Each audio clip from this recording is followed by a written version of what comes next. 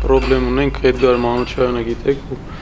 հավանաբար 90%-ով ինքը չի կարող։ Մնացած առումներով լավ, վնասվածքներ չունենք։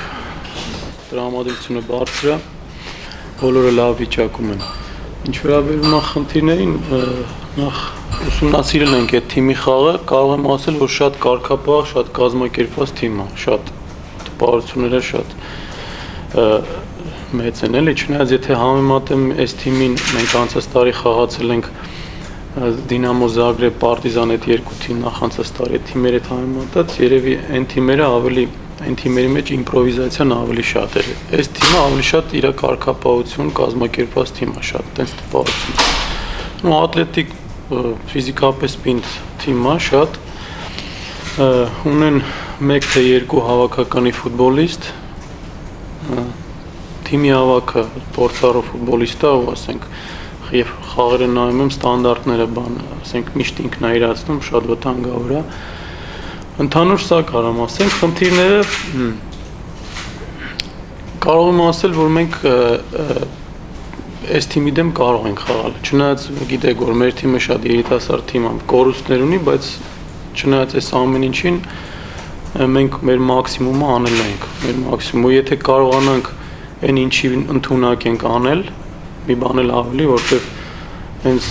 ճիշտ ասած մի ժամ առաջ մենք խաղն ենք վերլուծում թիմի հետ, ես իրանց էլ ասացի, որ նախ առաջինը եթե ուզում ենք հաջող խաղանք, պետքա մոռանանք այս Հայաստան արարության տեմպը ու սկսենք արագ խաղալ, որտեղ չնայած մեր թիմը հա մենք փորձում ենք արագ խաղալ հենց Հայաստանի արարությունում, բայց էսի ուրիշ մակարդակ է, պետքա փորձենք ավելի արագ խաղանք 1-2 հոգումով։ Շանսեր ունենք, ասենց ասեմ, ունենք, նենց չի որ չնայած նրան, որ նորից կրկնեմ, որ մեր թիմը երիտասարդ թիմ է։ Վերջի խաղերի բոլոր այդ կազմերը ունեմ, խաղի այդ բանը ունեմ, թե ոնց է ընթացել, առավելությունում կողմն ա եղել, ով ավելի շատ ասենք գնդակը վերահսկել, ունեմ իրանց վերջի խաղը անցած մրցաշրջանի, բայց դա մի ամիս առաջ է վերջացել, մայիսի վերջին ինչքան գիտեմ, հա, այդ խաղը ունեմ, խաղում են իրանց առաջան 4-րդ տեղի թիմի հետ։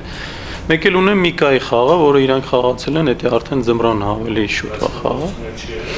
Փոփոխություններ ինչքան գիտեմ մի հոգի, չէ, մի հոգի բան են արել, բայց ես իրանց կազմը որ նայում եմ, հիմնականում նույն խաղացողներն է, ու մոտավորապես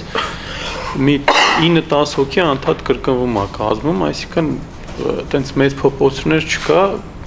դա իր դրական կողմեր ունի, որտեղ խաղացված թիմ է, այսինքն մեկը մեկին լավ հասկանում է, ընդհանրապես էս կարամ էս դրությամբ ասեմ։ Դե մենակ վաղը չընդհանրապես միշտ էլ ասել եմ, ասենք գաղտնիք չի, երկրպագում կարևոր է, ինչքան շատ երկրպագում, ինչքան շատ ջերմ աջակցություն, այնքան անկախ իրանցից ֆուտբոլիստներն էլ ոգևորված խաղում են։ Իսկ թե ինչքան կլինեն չեմ կարող ասել, ինչքան շատ այնքան լավ է։ Գիտեք, թիմերի չխոսանք, եկեք առանձին, եթե ֆուտբոլիստներին վերջած խոսանք, թե թիմերի գնահատականը ես չեմ տա, թե իրանք ոնց են, եթե վերցնենք այն ֆուտբոլիստները, որոնք թեկնածու են, եթե խոսանք Բանանցի մասին, այնտեղ այն ֆուտբոլիստը, որ հիմա ավելի շատ ազգային հավաքականին մոտ է, դա այսինքն երկու ֆուտբոլիստ է, դա Դաշյանն է, մեկ էլ Հովհաննես Համբարձումյանն է։ Իրանք այն ինչ որ իրանք կարող են անել, ինչ պոտենցիալ ունեն, ցածր իրանք պոտենցիալից ցածր հանդես եկան, այդ հաստատ, որտեվ ես երկուսի հնարավորություններն էլ լավ գիտեմ, բայց իրանք հնարավորություններից ցածր խաղացին։ Դե դարպասապահ չկա, չէ՞ Ստեփան։ Ինչ վերաբերում, հա, Արթուր Եդիգանը իր լավագույն վիճակը չի հիմա։ Ես իր առավել եւս ինքը, որտեվ իրան ես ավելի լավ եմ ճանաչում, ինքն էլ տեղ ունի ավելացնել, չգիտեմ թե այդ ընդմիջումները այդ Պարսկաստանի առաջնությունից հետո թե հակառակը կարող է հոգնածությունն է իր մոտ, որտեվ դեղ առաջնությունը ավարտվեց, ոնց որ նորից ինքը հանգիստ չունեցավ, էլի, բայց իր վիճակն էլ դեռ օպտիմալ է, չի ինչ որ ես գիտեմ։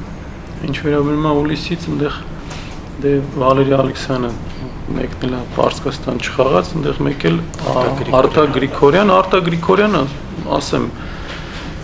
այն ինքը միշտ ոնց որ մի հատ